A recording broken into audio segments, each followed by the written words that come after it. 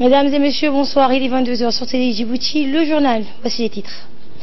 Une délégation ministérielle conduite par le ministre de l'Équipement et des Transports s'est rendue à Itki, une localité située dans la région de Tadjoura. Et en Somalie, le bilan de l'attaque survenue hier devant un hôtel de Mogadiscio s'alourdit à 39 morts. C'est ce qu'a indiqué la police somalienne. Nous sommes samedi 10 novembre 2018. Merci de nous accueillir chez vous. Une délégation ministérielle comprend notamment le ministre de l'Équipement et des Transports, Mohamed Abdel Moussa, le ministre de l'Emploi, Hassan Del Samlier, le ministre du Commerce, Hassan Ahmed, a effectué une visite à Itki, dans la région de Tadjoura. Le sultan de Gobarat, Habib Boko, le préfet de Tadjoura, Abdelmalik Mohamed Benouta, ainsi que les parlementaires de la région ont pris part à ce déplacement. À son arrivée sur place, cette délégation a été accueillie par la population de cette localité. L'objectif de cette visite était de constater de visu les problèmes de l'eau auxquels font face les habitants des localités les plus reculées du pays. Les membres du gouvernement ont recueilli les doléances des habitants. Le ministre du Transport a convié la population que le gouvernement est toujours à leur écoute afin d'améliorer les conditions de vie des habitants de cette localité. La population d'Itki s'est quant à elle réjouie de la visite de cette importante délégation ministérielle. Prenons la parole, le ministre de l'Équipement et des Transports, Mohamed Abdel Moussa, a indiqué que plusieurs projets sont en cours pour la région de Tadjoura et ces derniers, a-t-il dit, doivent profiter et en prendre soin. La route bitumée qui traverse Itki en direction de Daï sera bientôt entamée, les travaux de construction comme celle de Assamou et de Adaïlou. En bref et en image, et nous restons toujours au nord du pays où une délégation parlementaire conduite par la députée de la région, Madame Ahadi Debelkale, s'est rendue dans la journée d'hier dans la localité de Galela, où elle a rencontré la population de cette localité qui lui a fait part donc de ses doléances. Par la même occasion, la délégation parlementaire a procédé à la distribution des habits et des kits scolaires aux écoliers de cette localité. Les habitants de la localité ont remercié la jeune députée pour ce don et le déplacement effectué.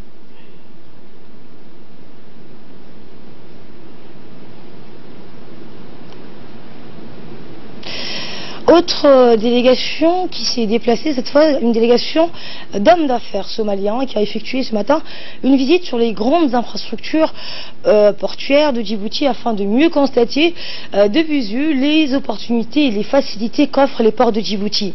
La délégation conduite par le directeur du projet de l'autorité des ports et des zones franches, Aden Moussa Adouksi, a visité en premier lieu la zone franche de Djibouti où une réunion de présentation des différents ports et les grands projets qui sont réalisés en cours de réalisation leur a été présenté avec une projection vidéo. Ensuite, la délégation s'est déplacée sur Djibouti à conteneur terminal de Doralé. Une visite guidée leur a été présentée par le chef de travaux de la conteneurisation et dépôt, M. Mohamed Aden. La visite s'est poursuivie donc tout au long des infrastructures portuaires dans le Djibouti Multipurpose Port, JMP, où ils ont constaté de visu l'opportunité, les facilités. Une explication concernant les activités du JMP leur a été donnée.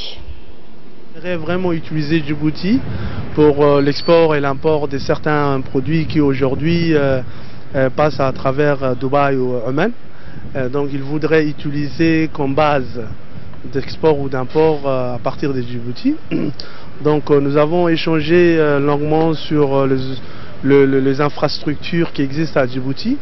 Ces infrastructures qui sont vraiment très modernes et qui peuvent accompagner cette communauté dans cette volonté de s'installer à Djibouti. Direction Obok, où l'association pour l'avenir et le développement de la ville, ADO, a organisé aujourd'hui une cérémonie d'inauguration officielle des bibliothèques et la distribution des livres pour les différentes bibliothèques de la région. Eh bien, l'événement qui s'est déroulé au siège social de l'association, en plein centre-ville, en présence du directeur général de la société Rubis Énergie, Olivier Gazarian, le préfet adjoint, Amin Shamsan, le vice-président du conseil régional, le président de l'association, Mohamed Moula Boulhan. Outre les inspecteurs de la région, les enseignants, les parents des élèves, ainsi que les membres de l'association, en préparent la cérémonie inaugurale de la bibliothèque. Dès son arrivée, le directeur général de Rubis a été accueilli chaleureusement par le président de l'association, le vice-président du conseil régional et le sous-préfet de la région.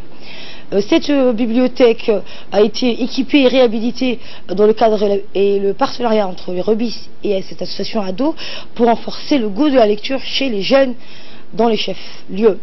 Les officiels ont visité la bibliothèque et la salle de classe, voir les dispositifs à mettre en place pour renforcer un cours de soutien. Et le directeur du Rubis qui a rappelé donc que ces livres vont renforcer l'enseignement et l'apprentissage chez les jeunes apprenants.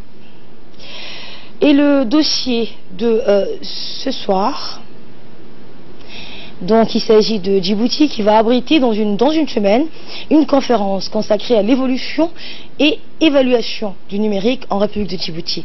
À cette occasion, la rédaction se propose de vous relater comment les différentes administrations se mettent à l'heure du numérique. Ce soir, nous allons voir la numérisation des archives de nos tribunaux et ceux de la RTD. Regardez. Archivage des documents ainsi que des documents audiovisuels reflètent une grande importance pour référence en cas de nécessité d'utilisation comme preuve de la défense de la preuve des droits. À cet égard, le tribunal de première instance du statut personnel à Djibouti, en étroite coopération avec le bureau régional de Wami à Djibouti, s'efforce de convertir les archives manuelles traditionnelles en archives électroniques numériques, et ce, conformément aux directives du président de la République sur la numérisation des archives nationales dans diverses institutions et administrations. L'objectif de cette initiative est de copier des milliers de données numériques datant de 1900 à 2003, afin de fournir des informations précises et à jour dans le plus bref délai à l'appui des décisions de la Cour. Dans le cadre de la coopération étroite entre le ministère de la Justice et le bureau régional de Wami à Djibouti, un groupe d'agents de notre institution suit depuis le mois de mai une formation à la numérisation des archives traditionnelles. Les archives manuelles traditionnelles du tribunal de première instance du statut personnel comprennent des milliers de documents relatifs aux contrats de mariage, aux agences, aux héritages, en plus des commandements et dotations ainsi que divers certificats. Après la période de formation, nous pourrons convertir des milliers de documents judiciaires anciens en archives numériques, ce qui permettra sans aucun doute de fournir les informations requises à tout moment au lieu de recherches nécessitant plusieurs heures auparavant. Au cours des dernières décennies, le besoin d'archivage électronique est devenu urgent en raison du volume croissant des données produits de la transformation d'une société de papier en une société électronique. Pour sa part, la RTD a commencé il y a plus de quelques années de cela à transformer les archives audiovisuelles traditionnelles en archives numériques, et ce afin de suivre le rythme du développement successif dans cet important domaine. Le but de cette principale étape est de faciliter la disponibilité et l'exploitation des séquences d'archives pour enrichir les programmes de télévision, de radio et autres. L'RTD s'est engagé à passer vers la numérisation des données d'archives permettant de sauver ce patrimoine national. Donc, toutefois, il est à notre devoir de doubler l'effort pour conserver et sauvegarder ce patrimoine national afin de transmettre dans les années à venir. Rappelons que la durée de vie des supports audiovisuels et des machines associées à leurs lecteurs n'est pas indéfinie. C'est ce qui pousse les archivistes garants de la mémoire patrimoniale à trouver de nouvelles façons de stocker les documents pour en assurer leur conservation. Et enfin, pour clore l'actualité nationale, un mot en sport, la Fédération djiboutienne d'athlétisme a organisé hier après-midi un open course donc de la saison sportive 2018-2019. La course de 10 km d'Oralé à 16 h sur la route qui traverse donc d'Oralé pour arriver au Palais du Peuple. La course était prévue donc en différents départs ou même arrivées, en présence du président de la Fédération djiboutienne d'athlétisme, Sirid Ismaël Hassan, et le comité directif ainsi que le coach des athlètes.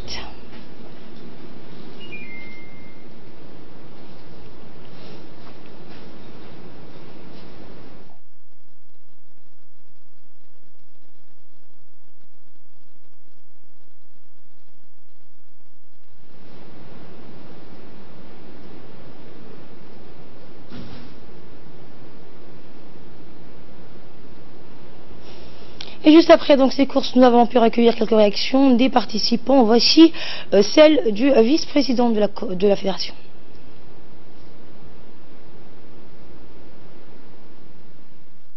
Donc, c'est-à-dire le début du championnat.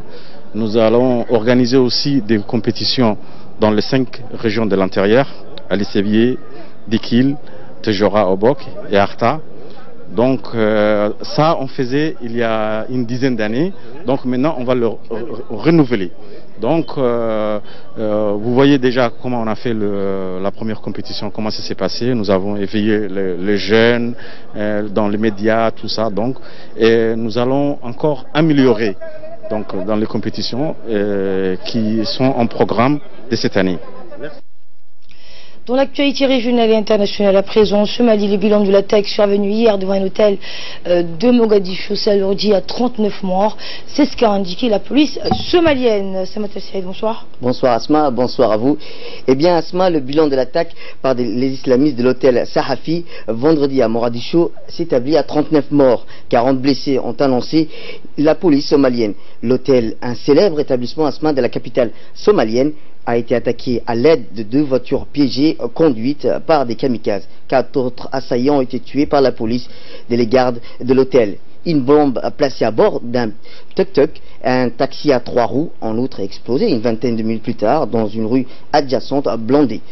Le bilan pourrait s'alourdir, Asma, car des personnes sont encore portées disparues, a déclaré la police. L'attaque a été revendiquée par le groupe radical, rappelons-le, Al-Shabaab. L'hôtel est situé près du siège du département des enquêtes criminelles, Asma. Autre drame, mais cette fois en Jordanie, où le pays est de nouveau endeuillé par des inondations. 11 personnes ont trouvé la mort. Qu'en est-il? Eh bien, Asma, le bilan de ces intempéries est monté à 11 victimes. Les 5 personnes sont toujours portées disparues, tandis que les autorités ont annoncé avoir évacué 3772 touristes et plusieurs nationalités. La cité archéologique de Petra. 2 femmes et une fillette sont mortes dans les inondations, a-t-elle affirmé, appelant les citoyens habitant près des cours d'eau, de ponts et de tunnels à évacuer leurs maisons, en prévision des pluies torrentielles attendues cette nuit.